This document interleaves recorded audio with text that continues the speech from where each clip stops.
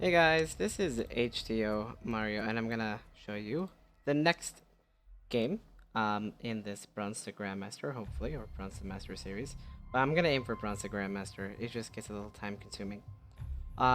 We're still Bronze. We'll be Silver very soon. I've played a little bit of Head, so there's definitely some progress. I probably have about, at the moment, about 10 or 15 games recorded that I need to put some audio on.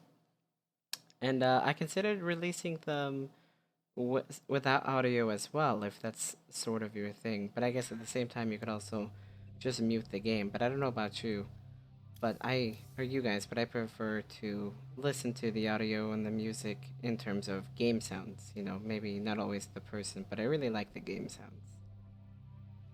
Yeah, I digress. This game is against Cornelio.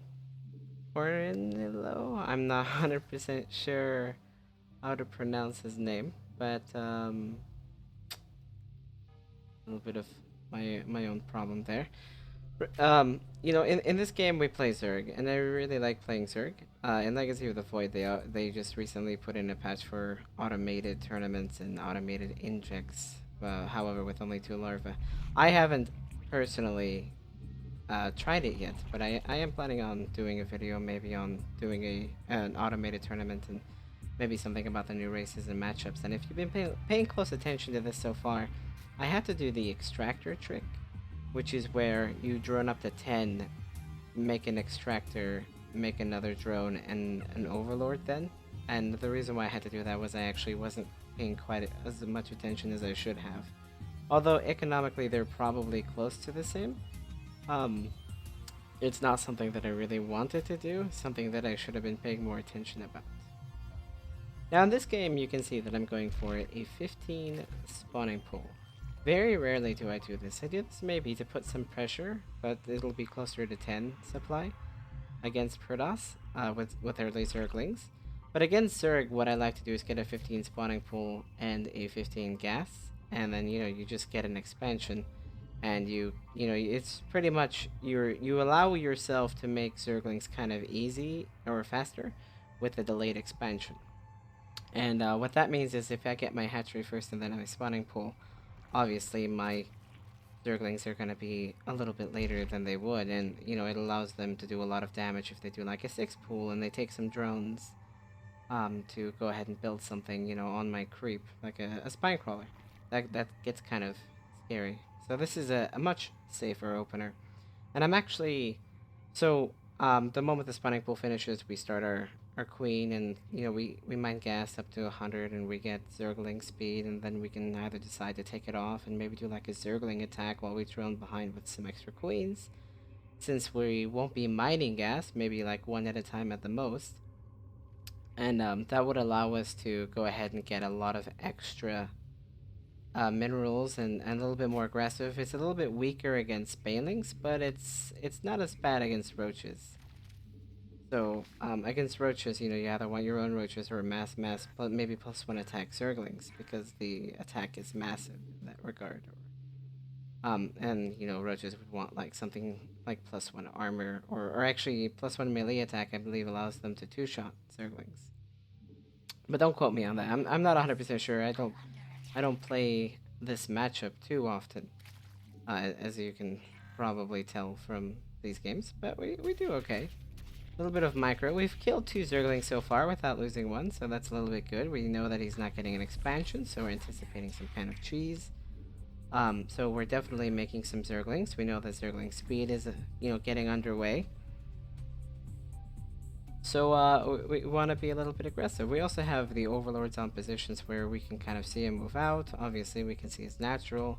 There hasn't anything that's been moved out yet, so I'm thinking, maybe I need to make some banelings. And in a second, what we're gonna do is we're actually going to see an attack.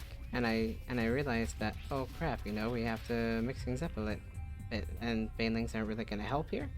So we make Zerglings, and then we cancel that, and we make a roach warren. So hopefully the Zerglings will buy us enough time, or maybe even clear out the attack, to where we can make a roach warren and counterattack.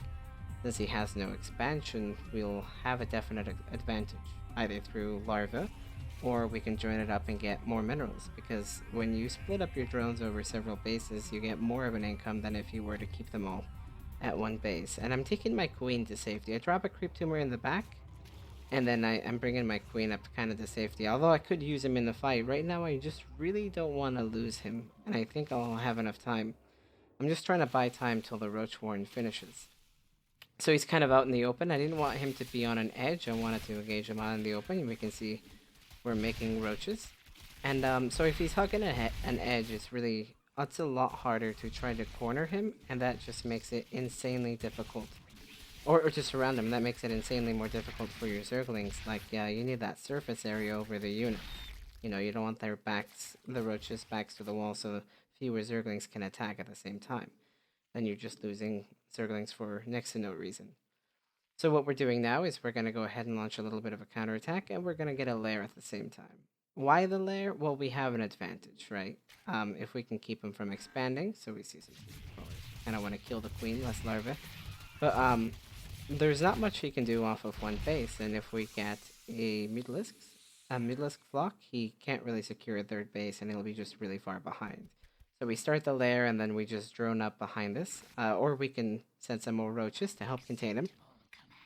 Even just a few Mutalisks will help sway a battle, you know, and if even if he's just, you know, if he decides to go for my base and attack straight up, instead of try to expand, again, some kind of like cheesy play, even one or two Mutalisks will guarantee that eventually the attack will end. And we poke a little bit up, see that there's a lot. We kind of don't want that, so we back off a little bit. Now in a second, what you'll see us do is you'll see us grab a Spire, and off the Spire, what we'll want, we could even forego the Spire and get Zergling or Roach speed, which will help us a lot in reinforcing or attacking. But we preferably want the Spire, and then we kind of want the Gas Geysers. So if you're kind of on low economy, try not to start your Gas Geysers until you have the Spire starting to build. You know, you want one at bare minimum, but you don't want the rest, because then you're not mining enough minerals to make more drones. So yes, it will make it so you have less gas.